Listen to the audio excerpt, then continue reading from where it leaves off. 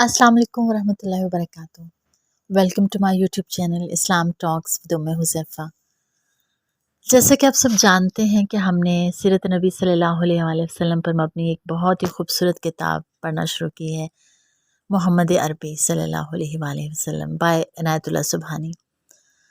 تو ہم آج کی ویڈیو میں دیکھیں گے کہ نبی کریم صلی اللہ علیہ وآلہ وسلم نے اپنی زندگی کا پہلا تجارتی سفر کیا، اور وہ ان کا وہاں ہم نے جانا کہ کیسا رہا وہاں کا قیام، اور آج ہم دیکھیں گے کہ وہ واپس جب آئے تو وہ کیا حالات و واقعات پیش آئے۔ اس سے پہلے ہم ایک دفعہ درود پاک پڑھیں گے، اللہم صلی علی محمد وعلی آل محمد۔ تو جناب دیکھتے ہیں کہ جب نبی کریم صلی اللہ علیہ وآلہ وسلم کا قافلہ کچھ دنوں کے بعد مکہ واپس آیا، مکہ سے چند میلوں کے فاصلے پر ایک مقام تھا جو اس وقت میرالزہر کے نام سے مشہور تھا، میرالزہران کے نام سے۔ آج وہ وادی فاطمہ کے نام سے معروف ہے۔ میرالزہران آ گیا تو میسرہ نے کہا، محمد اونٹنی کی رفتار تیز کر دو، لپک کر خدیجہ کے پاس جاؤ، انہیں کامیابی کی خوشخبری سناؤ۔ آپ صلی اللہ علیہ وآلہ وسلم نے اونٹنی کی رفتار تیز کر دی۔ دوپہر ہوتے ہوتے مکہ پہنچ گئے۔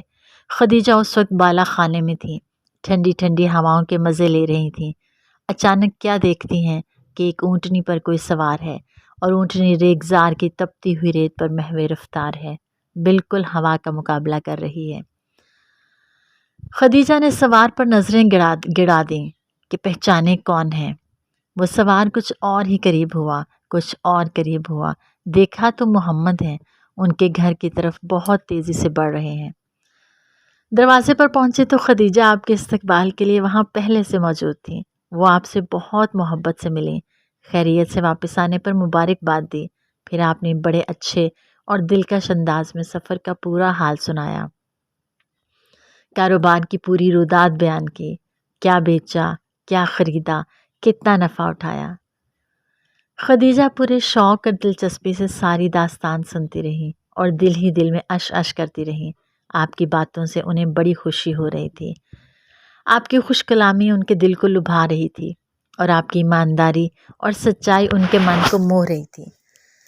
پھر اس بار تجارت میں بے انتہا برکت ہوئی، اتنی کہ اور کبھی نہ ہوئی تھی۔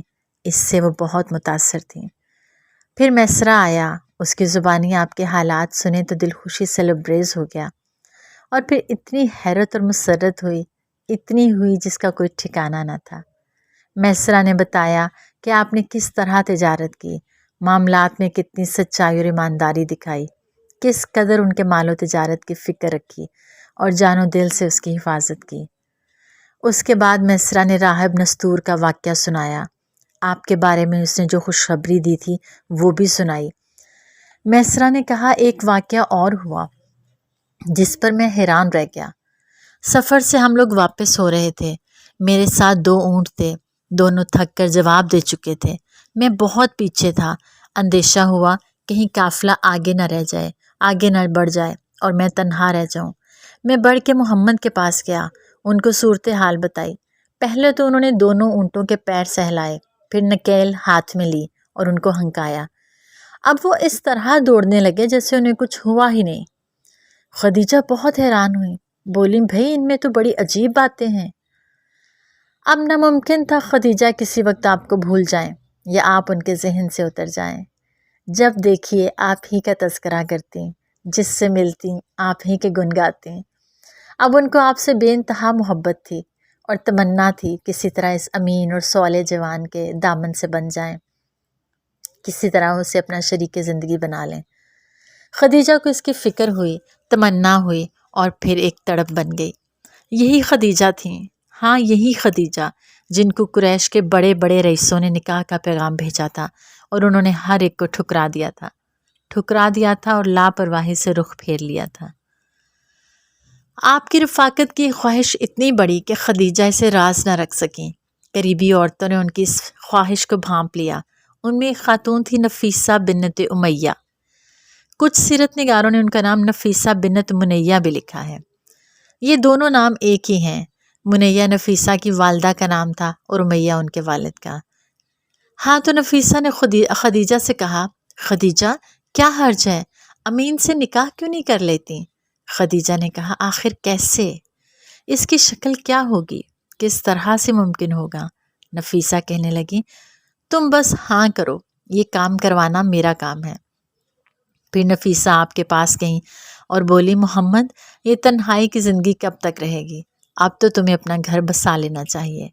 محمد نے فرمایا میرے پاس ہے کیا جو گھر بساؤں؟ نفیسہ اچھا بتاؤ، اگر اس کا انتظام ہو جائے اور ایک نہایت حسین اور مالدار خاتون سے گھر بسانے کو کہا جائے تو تیار ہو جاؤ گے؟ انکار تو نہیں کرو گے؟ فرمایا وہ کون ہے؟ کس کی طرف آپ کا اشارہ ہے؟ نفیسہ خدیجہ سے بہتر جوڑ تمہیں نہیں ملے گا۔ نیک کام میں دیر کیا، یہ کام جتنی جلدی ہو جائے اچھا ہے۔ خدیجہ کے اخلاق اور دانائی سے آپ بہت متاثر تھے۔ آپ نے جیسا سنا تھا ان کو ویسا ہی پایا تھا۔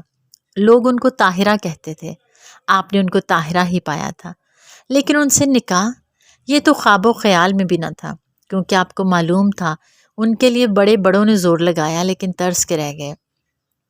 فرمایا لیکن کیا یہ ممکن بھی ہے؟ کیا وہ سونے کی چڑیا اس ویرانے میں بسیرا کرنے کو تیار ہو جائے گی؟ نفیسہ نے آپ کو بھی وہی جواب دیا، تم اس کی فکر نہ کرو، اس چڑیا کو اس باغ میں لانا میرا کام ہے۔ آپ ابو طالب کے پاس پہنچے اور سارا ماجرا کہہ سنایا۔ ابو طالب نے سنا تو سخت حیران ہوئے۔ آپ کی زبان سے کبھی جھوٹ یا غلط بات تو سنی ہی نہیں تھی، اس لیے انکار بھی نہیں کر سکتے تھے۔ البتہ بولے تعجب ہے بیٹے، خدیجہ قریش کی معزز ترین خاتون، مال و دولت اور جاہ و منصب والوں کو تو ٹھکرا دے اور تم کو اپنا دلہا بنانا پسند کرے۔ پھر بولے لیکن بیٹے ایسا بھی تو ہو سکتا ہے، یہ کوئی تعجب کی بات نہیں، تمہارے پاس سونے چاندی کی دولت نہ صحیح لیکن تم خود ایک انمول ہیرا ہو جس کے سامنے یہ ساری دولت دنیا ہیچ ہے۔ فرمایا چچا مجھے نہ مال کی ہوس ہے نہ اسے محرومی کا کوئی غم۔ ابو طالب نے اپنے بھائیوں کو ساتھ لیا، خدیجہ کے چچا عمرو بن اسد کے پاس گئے، ان کے بھائی عمرو بن خویلد سے ملے اور آپ کی طرف سے خدیجہ کے لیے نکاح کا پیغام دیا۔ بھائی اور چچا کو پیغام اس وجہ سے دیا کہ ان کے والد پہلے ہی انتقال کر چکے تھے اور وہ دونوں اسی دم تیار ہو گئے، بلکہ کہنا چاہیے وہ پہلے سے تیار بیٹھے تھے اس برکت کو خوش آمدید کہنے کے لیے۔ سبحان اللہ۔ چٹ پٹ شادی کا دن طے ہو گیا۔ وہ دن آیا تو خاندان کے تمام شرفاء خدیجہ کے مکان پر جمع ہوئے۔ ابو طالب نے خطبہ نکاح دیا۔ خطبہ بہت عمدہ تھا، اس سے اندازہ ہوتا ہے کہ آپ کے بڑے آپ کی شخصیت سے کس درجہ متاثر تھے۔ حمد و ثنا کے بعد فرمایا یہ میرے بھائی عبداللہ کا بیٹا محمد ہے، یہ وہ نوجوان ہے کہ قریش میں اس جیسا کوئی نہیں۔ ہاں مال اس کے پاس کم ہے لیکن مال تو چلتی پھرتی چھاؤں ہے۔ محمد میرا عزیز ہے، یہ تم سب جانتے ہو، وہ خویلد کی بیٹی خدیجہ سے نکاح کرنا چاہتا ہے اور میرے مال سے 20 اونٹ مہر مقرر کرتا ہے، بخدا اس کا مستقبل انتہائی شاندار ہے۔ اس طرح یہ مبارک تقریب انجام پا گئی اور خاتون قریش امین قریش کے گھر آ گئی۔